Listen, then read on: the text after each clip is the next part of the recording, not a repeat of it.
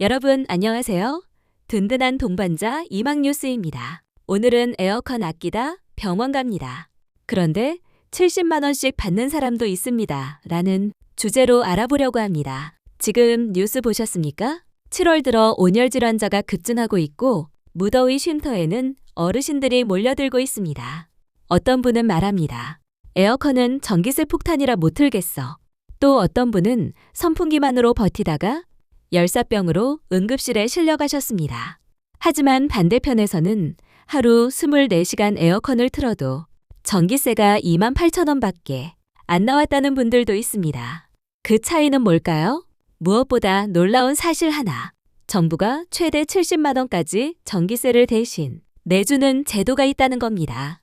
그런데 많은 분들이 그걸 모르고 그냥 참습니다. 그냥 손해입니다. 오늘은 에어컨을 무작정 아끼다. 건강까지 망칠 수 있는 여름철 생존 전략, 그리고 냉방비를 반으로 줄이고 정부가 지원해주는 제도까지 모두 실천할 수 있는 방법을 알려드리겠습니다. 중간에 포기하지 마시고 끝까지 보셔야 당신이 받을 수 있는 지원금과 절약법이 모두 정리됩니다. 여름은 해마다 더워지고 있고 이젠 선택이 아니라 준비와 실천이 생존입니다.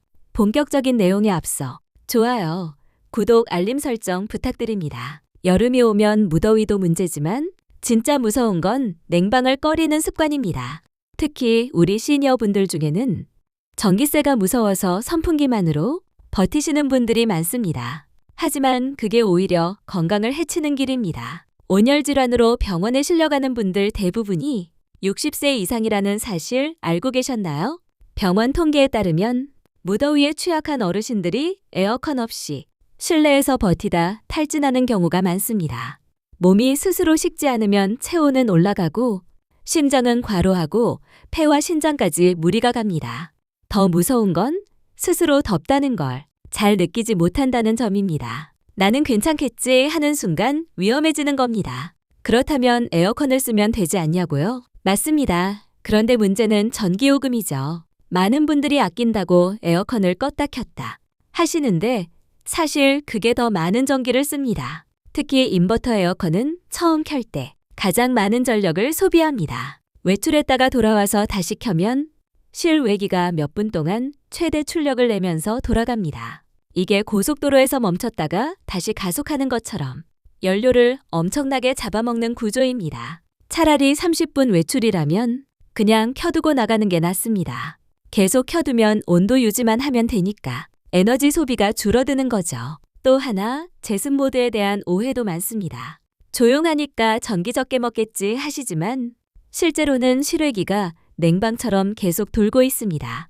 바람은 덜 나오지만 전기 소모량은 냉방과 거의 차이 없습니다. 그럼 언제 제습을 써야 하느냐고요? 답은 간단합니다.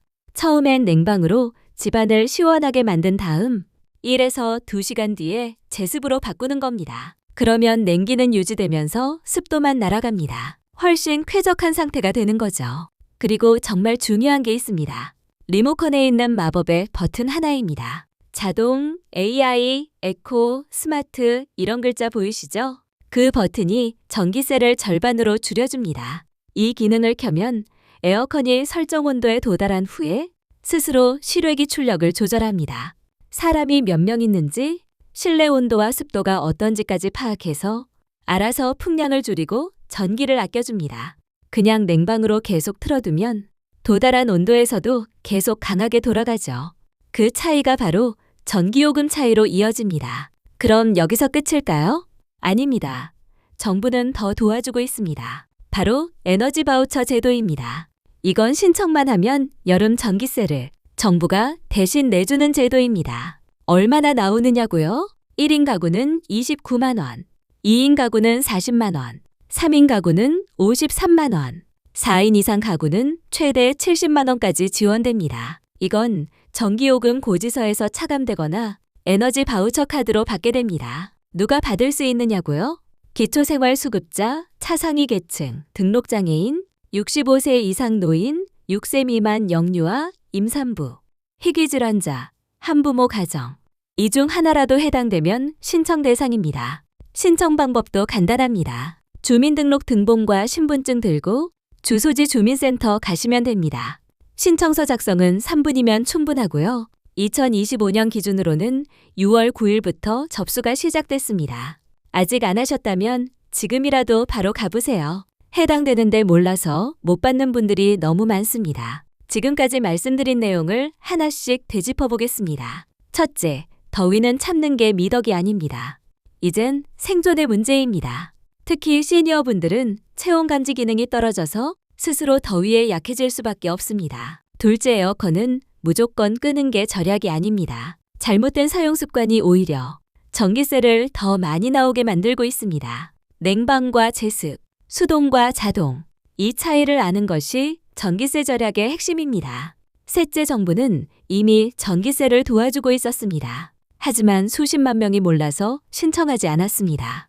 에너지 바우처는 단순한 혜택이 아니라 당신이 놓쳐서는 안 될 공적 지원 제도입니다. 넷째, 이제 우리는 선택해야 합니다. 더위를 참고 불편하게 살 것인지 아니면 정보를 활용해 건강도 지키고 냉방비도 절약할 것인지 지금 당장 리모컨을 확인하세요. 에어컨 설정을 바꾸고 주민센터에 문의하세요. 바로 신청하고 바로 실천하는 것.